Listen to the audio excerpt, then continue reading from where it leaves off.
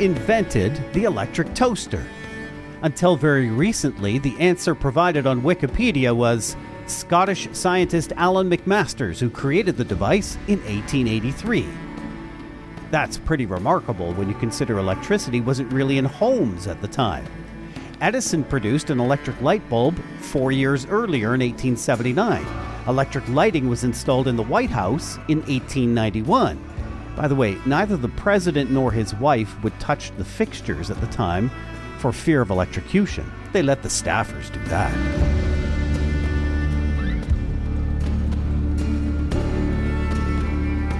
So for McMasters to come up with the electric toaster in 1883, wow. And according to those old Wikipedia articles, he sold his design to an electrical engineer who began mass production. The problem with that story? You guessed it. False. That entire article was written by a classmate with help from the real Alan McMasters in 2012 and published as a prank. But because the article stayed up there in Wikipedia for so long, it was soon at the top of the Google search results. It was repeated in more than a dozen books in multiple languages. A Scottish primary school organized a day of activities in McMasters' memory. Children were invited to write journal entries about McMasters and paint slices of toast. McMasters was even mentioned on a Scottish government website detailing the nation's innovative spirit. Ouch. In 2018, McMasters' name was included in a Bank of England public survey to determine who should appear on the new £50 notes.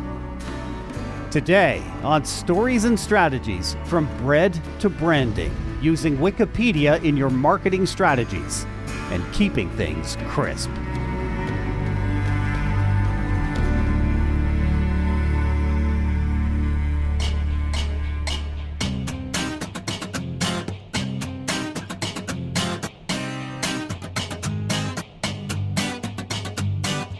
My name is Doug Downs, and just as we get started, I want to thank Jennifer Grundler. She's a senior at Florida International University majoring in public relations. Jennifer posted a great note on her LinkedIn page about some of the episodes that we've done on generative AI and public relations and marketing. Thank you for doing that, Jennifer. You can follow us on LinkedIn or just about any other social channel. All those links are in the show notes. My guest this week is Rhiannon Ruff. Hi, Rhi. Hello. How's it going, Doug? Excellent. You're joining today from Canton, Ohio. No smoky forest fire stuff or anything your way, but how are things generally in Canton? Back to our usual status as a little sleepy city. The enshrinement is all done for the year, so we go from having thousands and thousands of visitors and all these exciting events back to just regular old life again. Yeah. And that enshrinement part of the Pro Football Hall of Fame, is that there's big celebrations in the summer for that? Oh yeah, huge. Yeah, this the biggest time of the year is the last few weeks of summer here in Canton. We have a balloon festival, we have parades, obviously there's concerts and the football game, so it's big. I love it. Rhi, you have more than 10 years experience helping large organizations, Fortune 100s, navigate Wikipedia. Mm-hmm. You co-founded 2 boutique agencies in that time and worked with countless brands and business leaders to update their Wikipedia entries in line with the site's rules and guidelines. So, Rhi, let me start this episode by being a bit cheeky. Wikipedia? I usually tell people not to pay attention to Wikipedia. You're telling me I should. Yeah, here we are. I mean, who'd have thunk? I'll be honest. I think when, as a millennial coming up through school and college, we were told, don't look at Wikipedia. Like, Wikipedia is not a good source. And I think a lot of people have got stuck in that mindset. But Wikipedia has, in real basic terms here, it has what the search engines love. So all of those tasty algorithms out there that Google is using, Bing, all those things, they absolutely love Wikipedia because it is dense information. It links out to a lot of really good, reputable sources and sites. So the search engines really push it right up there. And it has become something that I feel like you cannot ignore if you're in PR and communications. You've got to be aware of it.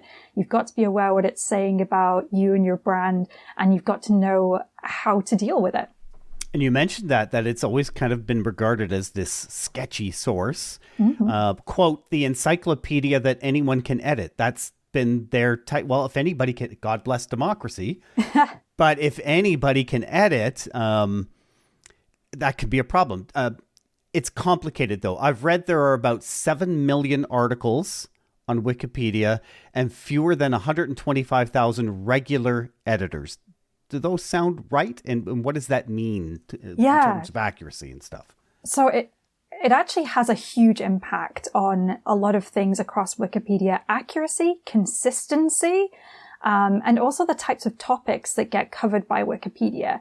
Because I think what a lot of people don't really kind of fully recognize is that the way that Wikipedia works is it's a volunteer community building an encyclopedia. It's basically like you've got Reddit, but all those people who are just, asking each other whether they are in the right in different situations are instead trying to create encyclopedia articles.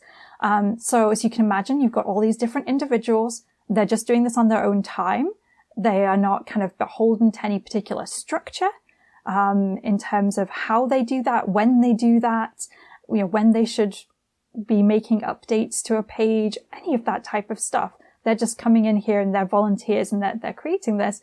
And there's not many of them compared to, like you were saying, the vast number of Wikipedia pages that currently exist. Right. So we have this issue, don't we, that every year, all of these public companies come out with all their new financial information.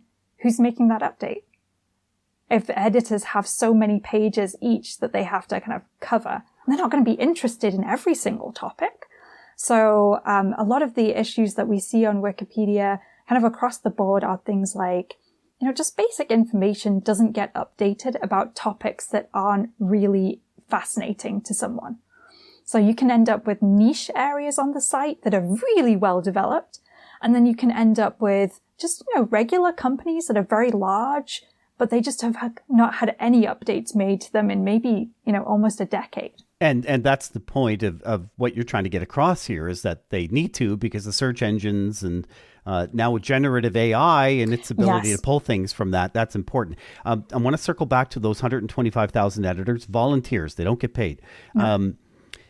You're right. A relatively small community compared to democracy is blessed with the idea that everyone gets an equal vote across the board. But 125,000 editors is a bit of control within that relatively smaller community. Can anyone become an editor for Wikipedia? What's that process like? Yeah, anyone can decide to do it. You basically have to opt in. And the biggest barrier to entry is just the learning curve on how you do it and what you're allowed to do. And I think that that's the main thing that puts people off, is when they get started, it's usually because you spot something in a Wikipedia article about something that you're interested in. So maybe you're going and looking up your favorite bookstore and you notice that it doesn't say anything about what happened to them during COVID-19. And so you want to add that information in. You might not know how to do that. You might not know where to start in order to do that. And there are just so many different guideline pages and explainers and all different things on the site that you have to kind of pass through to start making, very serious updates. So that's the biggest part, I think. But the community is fantastic. They want people to be part of it. It's just that, learning what goes and what doesn't go is a bit of a trial and error process for most people at first, and it can be really off-putting. You might go in and add in a line about that bookstore that and it's based on your own knowledge, and someone just comes in and deletes it because they've seen it pop up on their task list of, they have things called recent changes patrol. And so they'll see that and they'll be like, oh, there's no source there, and they'll just remove it. But to you, that brand new editor, you're like, oh my gosh, well, I just tried to add something and that didn't work. And I would say only about maybe 1 in 20 people who attempt something like that might actually stick around to see, how could I have done that differently, and let me try again. Interesting. So Wikipedia has been around since 2001, somewhere in there? Yeah, early 2000s, yeah. It seems longer to me. But it uses a collaborative software known as a wiki, which were all the rage in the early 2000s. Now, I don't know that I hear the term wiki as much anymore. And that facilitates the creation and development of the articles. You're saying there are ways that brands should and should not engage on Wikipedia. Yeah. Simple question. Can I just go to the site? You've kind of convinced me that I want a Wikipedia page for stories and strategies. Why would I not? Right? Get into the search engines. Can I do that? That would be great marketing. Can anybody just go and do this? No. No. That's the double-edged sword here, is that, Wikipedia's created something, not meaning to do it, but they've created something that is really desired by companies for that impact on search, the ability to have that information readily at hand for AI and all those things. But they also don't want just anyone to have a Wikipedia page. You've got to be encyclopedic. There has to be a reason that you should have a Wikipedia page. And there are some strict rules about article creation. So, who should have a new page on Wikipedia. And the main thing it comes down to is how much has been written about you in the media, in published books from reputable publishing houses, and peer-reviewed journal articles. So Wikipedia really prizes those media sources and academic sources. They want to see, has someone written about stories and strategies in depth? Have they talked all about you, Doug, and what you've done for the industry, all the achievements that you have? Have they given us a unique hook in any of that coverage as to what makes you unusual and noteworthy amongst all of the many organizations that are out there? So you need a certain degree of earned media before you can earn the Wikipedia page. Exactly. Gotcha. How do brands get it wrong on Wikipedia? And any examples? Oh my goodness. There are so many. And there's different ways of getting it wrong. So, I think one of the main things that people do is just assuming that they should have a Wikipedia page and diving in and trying to make one for themselves. And this is actually a bigger mistake than you might think, because Wikipedia editors, there's for everything that happens on Wikipedia, there's a permanent record of it. So if you go and try to create a Wikipedia page for yourself and you're not ready to yet, you'll get declined or the page will be removed. But then there's a record of that happening. If you keep going back and trying again and again to get yourself a page, you can end up having your topic blocked from the site. There's a thing that editors can do called salting. And if you're a gardener, that term will make sense to you. If not, perhaps not. But it's basically the idea of salting the earth, right? So nothing will grow. And it's a similar thing, is that they will create a block around that topic that you want to create your page for, so that it is not possible to make a new article about that topic in future. So that's one thing that's obviously a very extreme example of what can happen there. More likely, you're just making it harder in the long run, because editors will get more and more skeptical of, you having that Wikipedia page. So even if you reach the point where you do get some good earned media, and it might be kind of feasible for you to have a Wikipedia page, maybe you're right on the bubble, editors are going to be more likely to say no, because they're going to see all the times that you broke the rules in the past, tried to force through a page, and they're going to say no.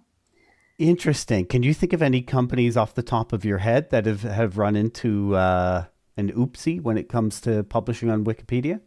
Oh my goodness. I'm not going to name and shame on trying to create a page, but I only like to call out ones that have had media coverage, because I feel like they're already out there. They already know. Yes, they've done fair wrong. enough.